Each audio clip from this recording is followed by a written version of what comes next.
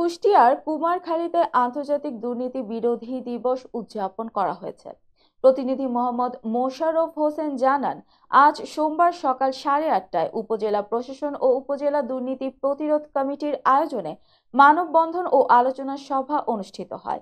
এর আগে জাতীয় সঙ্গীতের মধ্য দিয়ে জাতীয় পতাকা উত্তোলন ও বেলুন ফেস্টুন উড়িয়ে দিবসের শুভ উদ্বোধনী ঘোষণা হয়।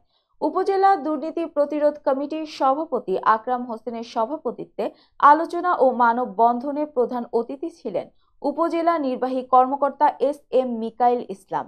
এ সময় উপস্থিত ছিলেন কুমারখালী থানার অফিসার ইনচার্জ সুকল্যাণ বিশ্বাস, উপজেলা মুক্তিযোদ্ধা সংসদের সাবেক কমান্ডার বীর মুক্তিযোদ্ধা মোকাদ্দেস হোসেন, উপজেলা দুর্নীতি প্রতিরোধ কমিটির সাধারণ সম্পাদক আব্দুর রফিক বিশ্বাস, প্রতিরোধ কমিটির সদস্য ও সাংবাদিক হাবিব চৌহান। এছাড়াও এনজিও প্রতিনিধি সহ বিভিন্ন শ্রেণী পেশার প্রতিনিধিরা বক্তব্য রাখেন।